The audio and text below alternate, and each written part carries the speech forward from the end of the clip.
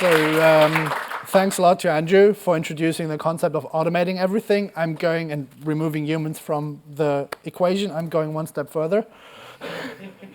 Hello and welcome to my talk about DevTool automation. So it's nicely dovetails into what he's been saying. And contrary to what Ian said, my name is Max Ogden. Which is not the case. My name is Jan.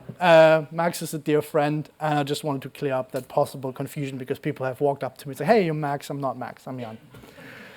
The confusion is probably because we have the same glasses. Also, can you give me my water bottle? Mm-hmm. Thank you. Excellent. All right. I feel safe. Thank you. All right. So next you did this before, but show of hands. First, show me all your hands. I have hands. Who's got hands? Good.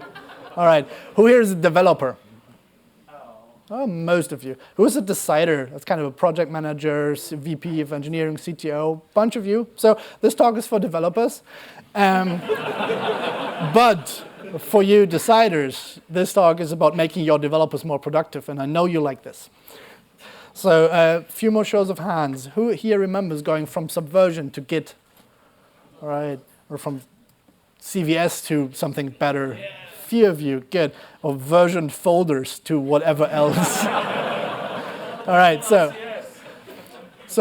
I'm not going into RCS. For intents and purposes, and for me, programming only really started once I started using Git. Like the speed, the local editing of everything, branches and being able to merge, despite now we're learning we should all commit to master.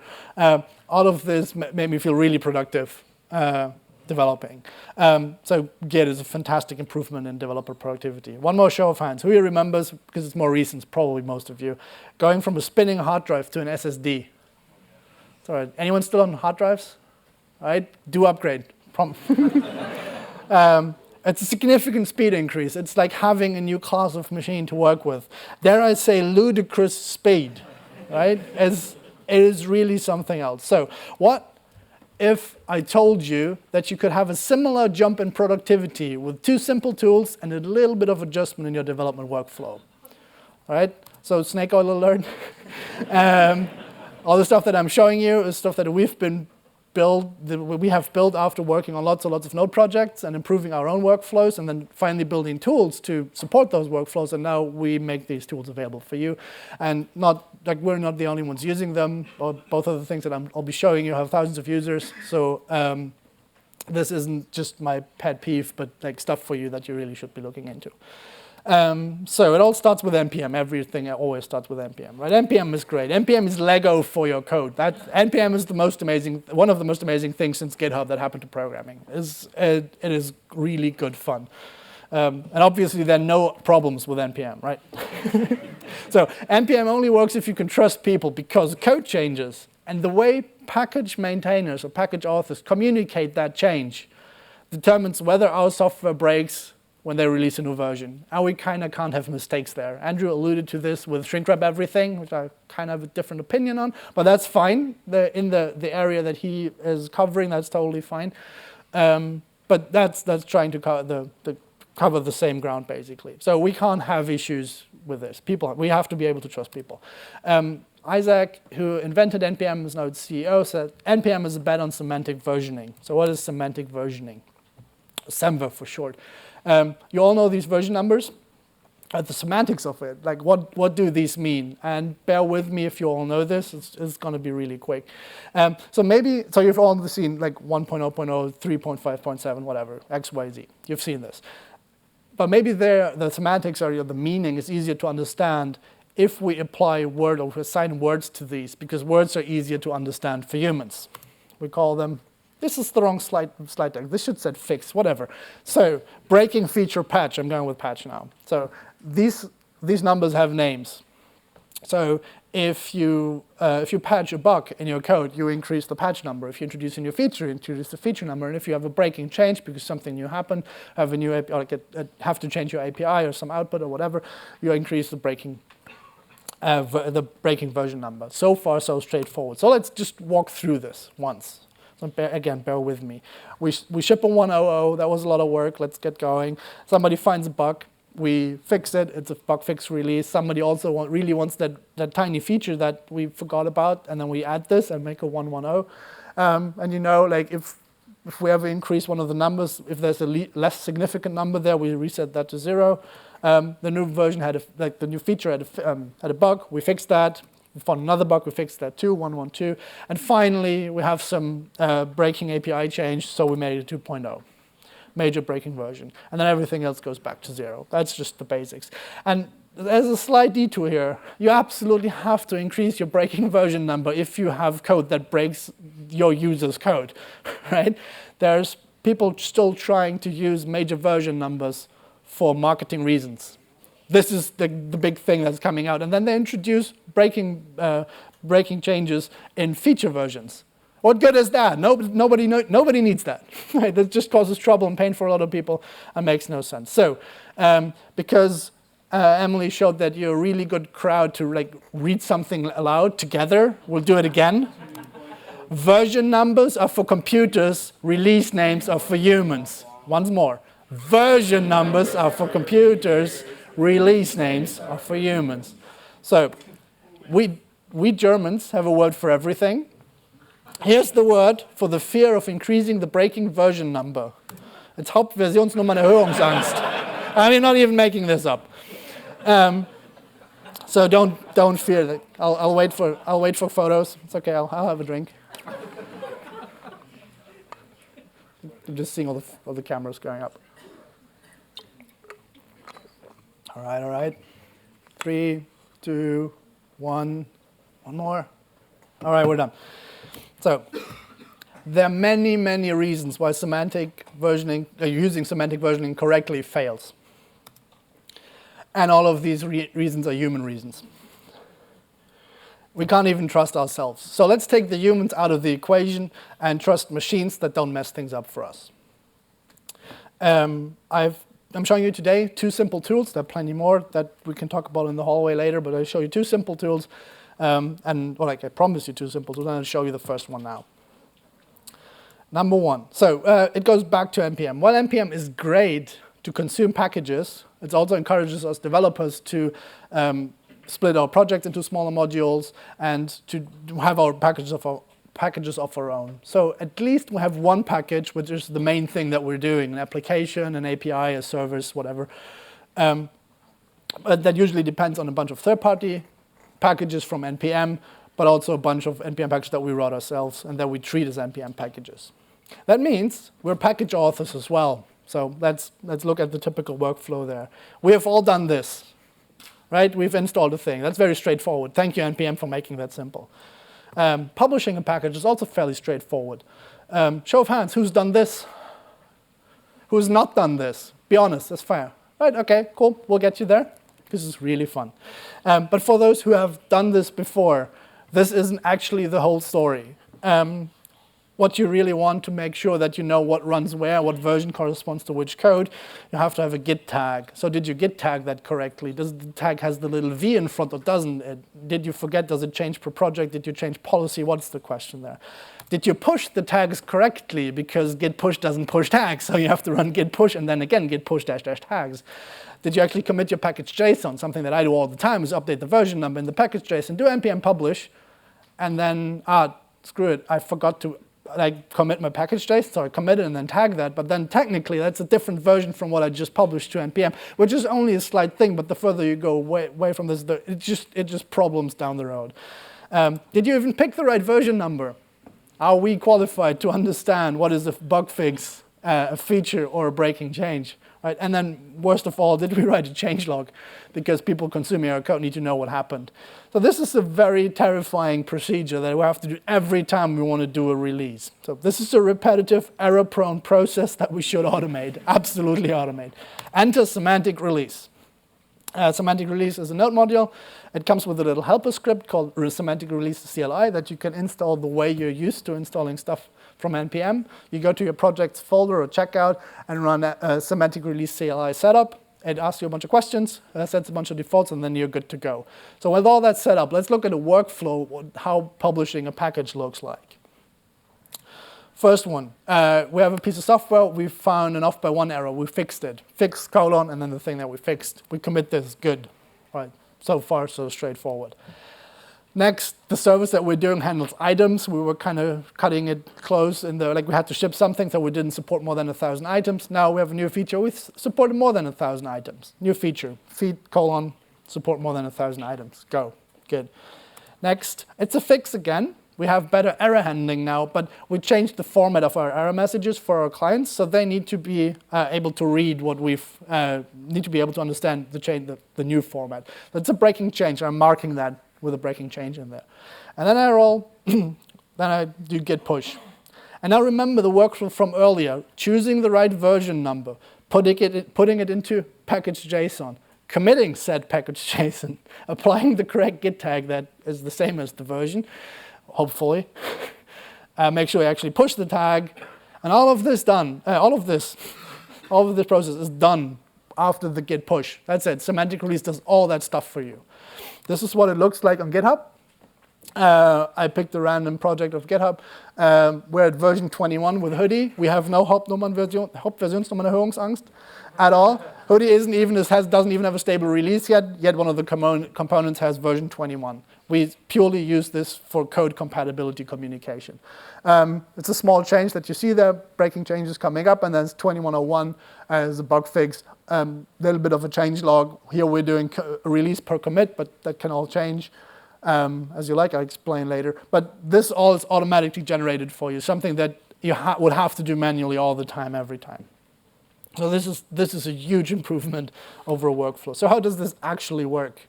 We start with local development. With the thing that we just saw, a bunch of commits, and then we push it to GitHub. GitHub, upon receiving that, notifies your CI server, hello Travis, again, about the new work. And then your tests run, and then semantic release runs. It determines from the commits that it sees since the previous version that it released, what type of version number it should apply, and then publishes that to NPM. I'm behind with things here. One more. There we go. It publishes NPM, and when that succeeds, we create a tag and push the tag back to GitHub. That's all runs on your CI infrastructure. It's automated into one thing. It is a repeatable process that you can trust that always works. There are a bunch of options. So let me go back real quick. Now let me not go back. So when I showed you the commit messages here, I think a bunch of you are sitting by the edge of your seat. It's like, it's great that you put in the fix and feed there, but I have different conventions, and your conventions suck. I must have different conventions, right? Right? Who's he? Who? Yes, right? All right, so let's quickly, let's quickly go through this one because I forgot how to skip animations in Keynote. There we go, with the shift key. You all know. So there is a standard for parsing commit messages. So it's a meta standard that describes how to define specifications for commit messages. The default one is the Angular commit message, but you can use any other one. There are a bunch of others that are predefined, but there's also a framework for writing your own parser for your own commit messages. So whatever your specific convention is, the only thing you have to do is map it to release the patch version, the feature version, or the breaking version. That's all you have to do. Then you can use whatever convention you want. And then, as you saw, we're doing one release per commit. That doesn't work for everyone. You can have custom release constraints. Do it once per day, once per week, after 10 commits, whatever you want, doesn't matter. And now the fun bits. There's lots of other plugins that you can hook into, and one of them is breaking change detection. Because when I said we shouldn't trust humans with this, but computers, but I still asked you to write a commit message with a breaking change, we'll still trust you, right? It's still trusting ourselves. Breaking change detection, the simplest form, checks out your your code's previous version, runs its test suite against the current one, and if that breaks, it will refuse to publish because you didn't specify a breaking change. So you have to add another commit that explains the breaking change for your users to be able to make releases. So you can make computers prove that the humans do the right thing. If you use other languages like Elm or TypeScript, you can use type checkers to do the thing for you. Then you don't have to do the squiggly dance with the test suites. But this is pretty fun to do in JavaScript as well. And whatever else you can think of, you can just hook into a lifecycle type of thing. So Semantic release is free and open source. You can start using it today, but maybe you should listen to the rest of the talks and start using it tomorrow. All right, so quick break for me to drink something. Second tool. Oh, where are we? Here. So now we are on the other side. Our package that we still have still depends on a bunch of NPM packages from other people, but also a bunch of those of our own. So how do we make sure that we stay up to date with all the new versions that are coming out? Now that releasing new versions is so simple. But before we answer that, is why it's important to stay up to date. 2 reasons: bug fixes and security updates. Most of the time, the latest software has the fewest amount of bugs and the best security. Not necessarily true when there's new major versions, but if you go down a single major versions route, so if you have in a late cycle of like a 2 point whatever, you tend to have very few bugs, very few security issues. So that's very important. More importantly, security updates. If you're on an older version, if you're still on the 1X series of a release, that may not even get any more security updates, as Node 0.10 is going to not get that anymore from the end of the year. So do upgrade. There's whole companies who worry about security updating. Lyft Security, SNCC are here, so you should talk to these people if you're interested in that. So what's the process for keeping dependencies up to date? Here is again a random project from GitHub and a list of dependencies. So for each of these, we'll go to that package's GitHub page. We'll see if there's a new release. We'll see if there's any commits that we're worried about, or maybe even scared that they touched a piece of the code that we're relying on. Then we update the version number locally, run our tests, fix any issues, push that to GitHub, then CI runs the whole deal again, and then we go to the next one. That was like going through this once was already boring to tell you, right? Doing this is really hard. So luckily there's tools for this. They look at your package.json and show you which things are outdated and offer you either individual updates or full updates. There's 2 problems with these. If it's full updates and they break your test suite, bye Mike, break your test suite, then now you confused me. Lost my train of thought. Sorry. If you use one of the tools that shows you that it updates all of the dependencies that you have to update. And then your test suite breaks, you don't know which one of the dependencies broke the thing. If you do it one by one, it's still a very, it's a chore to go through all of this, so it doesn't help very much. More importantly, it doesn't really help if you do this manually every once in a while. So what's your schedule for this? Do this every day, every week, before a release, after a release? Again, there's so much just from the timing aspect to get this wrong. If you leave this to humans. So another show of hands. Who here has a process in the schedule for updating NPM dependencies? 3 hands, 4 hands, 4.5 hands. Good for you. You're good. You understand this problem. Everyone else should be ashamed of yourselves. Because if it doesn't happen on a fixed schedule, it doesn't happen at all. Any of the benefits that you might be getting from new packages, you're just not getting them. And your software is in a Kaizen kind of stage of brokenness and insecurity. So of course, I'm instilling fear in you that you buy my software. No, I'm just kidding. Sorry. You can use the right tool. That's the thing that you should do. So you should use Greenkeeper. Greenkeeper is a service that we've built dealing with all these issues. Of course, it lives on NPM. You can install it the way you're used to installing stuff from NPM.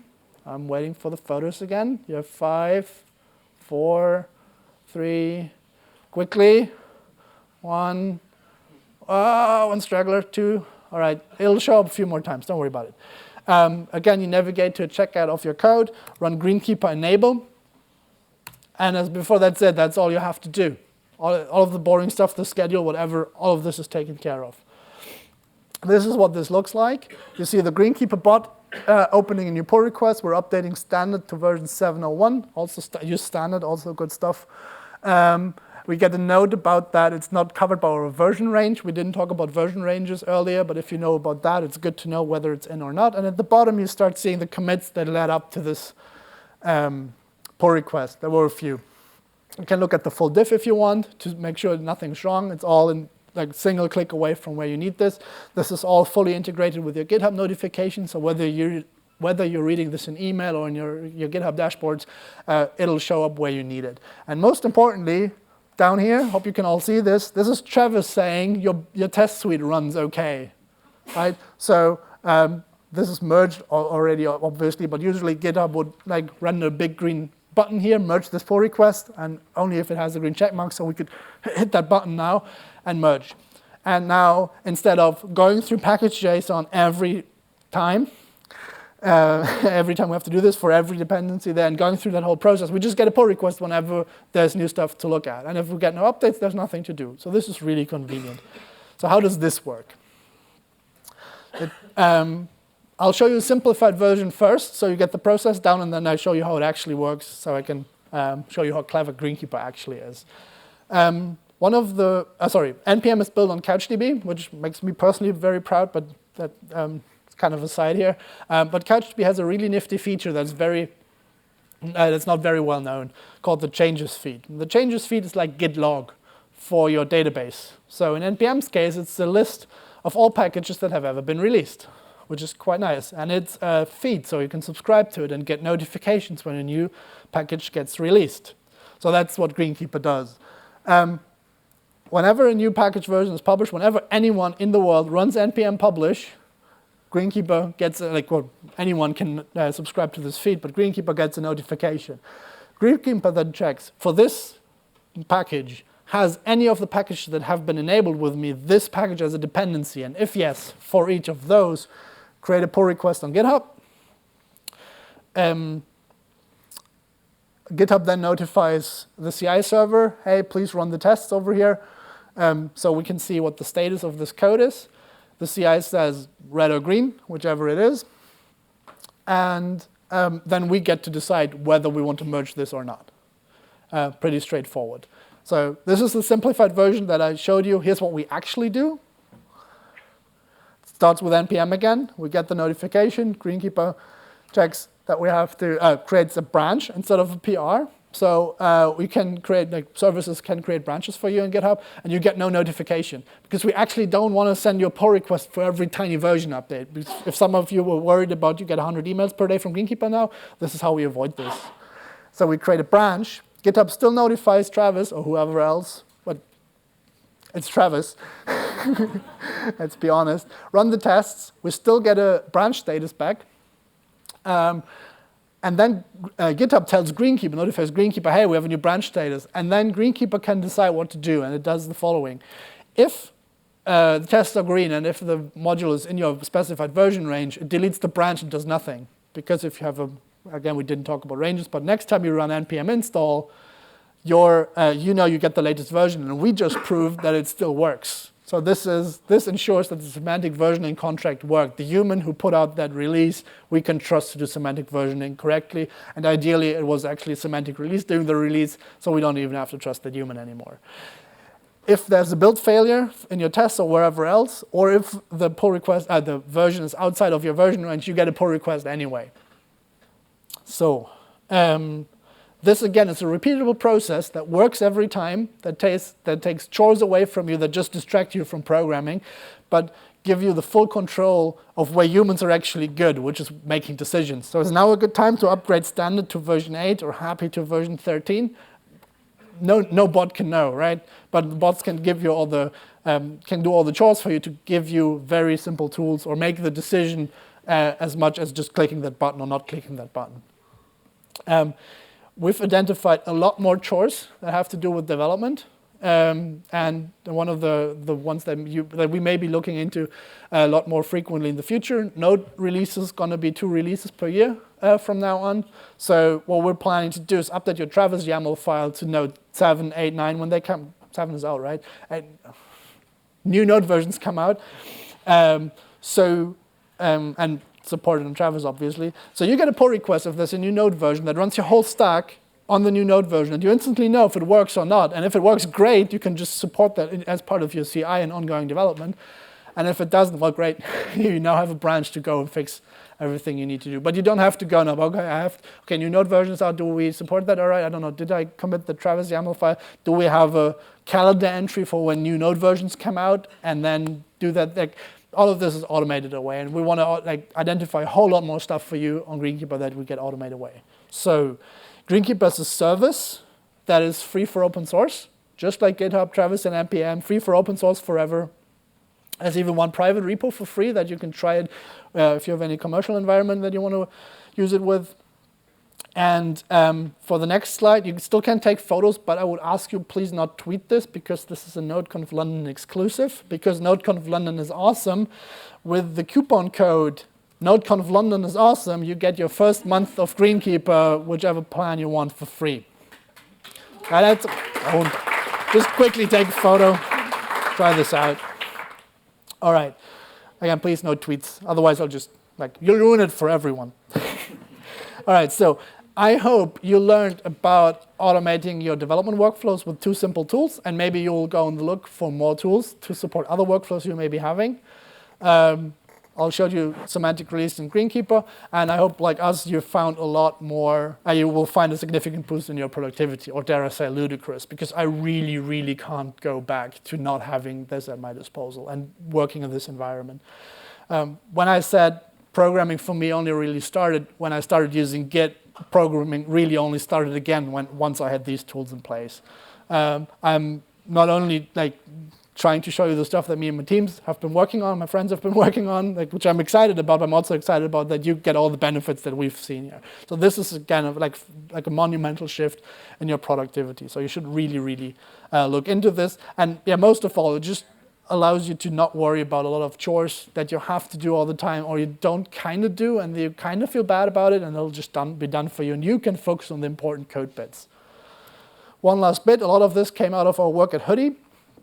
So if you are in the market for an open source offline first web app framework, check it out. If you're also in the market for contributing to an inclusive and very friendly open source project, we are actively looking for contributors. So please check out Hoodie if you want. Thank you very much.